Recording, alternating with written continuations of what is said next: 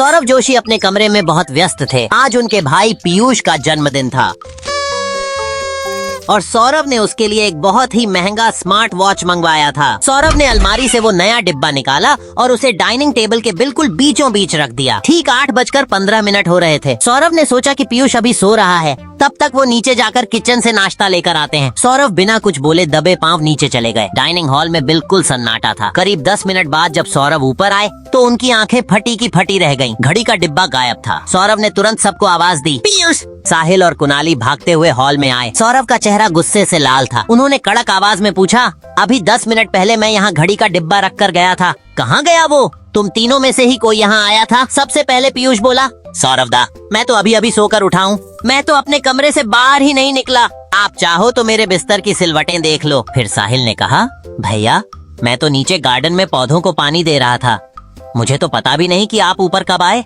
अंत में कुणाली ने कहा, दा मैं तो बालकनी में खड़ा होकर उगते हुए सूरज की फोटो खींच रहा था, क्योंकि आज सूरज बहुत लाल और सुंदर दिख रहा था। मैंने मेज की तरफ देखा ही नहीं। सौरभ ने सबकी बातें सुनी और गहरी सांस ली।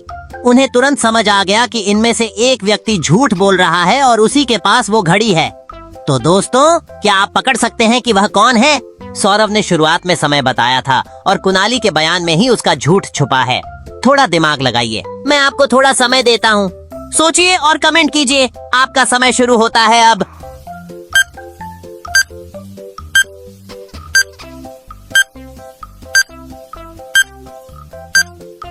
दोस्तों, इनमें से कुणाली ने वह घड़ी चुराई क्योंकि कुणाली ने कहा कि वह उगते हुए सूरज की फोटो ले रहा था, लेकिन सौरभ ने उस समय कहा कि अभी 8:15 हुए हैं, तो उस समय सूरज कैसे उग सकता है? पहेली नंबर 2, दोपहर का समय था और बाहर भीषण गर्मी के साथ लू चल रही थी। सौरभ आज बहुत खुश थे क्योंकि उन्होंने अपनी पहली कमाई से एक बहुत कीमती सोने का सिक्का खरीदा था। उन्होंने उस सिक्के को लिविंग रूम की कांच की मेज पर रखा और सबको दिखाया। तबीयत अचानक घर की बिजली चली गई और इन्वर्टर भी काम नहीं कर रहा था। सौरभ ने कहा, अरे यार, मैं बाहर जाकर जनरेटर चेक करता हूँ, तब तक कोई इस सिक्के को हाथ मत लगाना। ठीक 5 मिनट बाद जब सौरभ वापस आए तो मेज खाली थी और सोने का सिक्का गायब हो चुका था। सौरभ ने तुरंत पीयूष, साहिल और कुणाली को बुलाया। पीयूष ने कहा, भाई, जैसे ही लाइट गई मैं किचन में चला गया था क्योंकि मुझे बहुत गर्मी लग रही थी और मैं फ्रीजर से अपनी फेवरेट आइसक्रीम निकालकर खाने लगा था। साहिल ने कहा, मैं तो सोफे पर ही बैठा था, मुझे अंधेरे में बहुत डर लगता है, इसलिए मैं आंखें बंद करके बस भगवान को याद कर रहा था।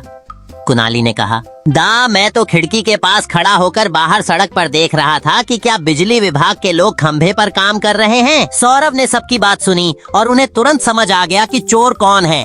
तो दोस्तों, क्या आप बता सकते हैं कि चोर कौन है? थोड़ा दिमाग लगाइए, सोचिए और अपना जवाब नीचे कमेंट करें। आपका समय शुरू होता है अब।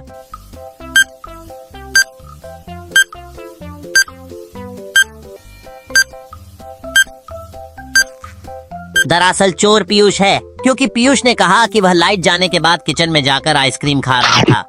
लेकिन भीषण गर्मी में अगर बिजली कटी हुई हो तो फ्रीजर के अंदर अंधेरे में आइसक्रीम ढूंढना, उसे निकालना और सिर्फ 5 मिनट के अंदर खाकर वापस आ जाना नामुमकिन है। साथ ही अगर वह जमी हुई आइसक्रीम खाता तो उसके हाथ ठंडे होने चाहिए थे, लेकिन उसके हाथ सामान्य थे, जिससे साबित होता है कि वह झूठ बोल रहा था और सिक्का उसी ने छिपाया है।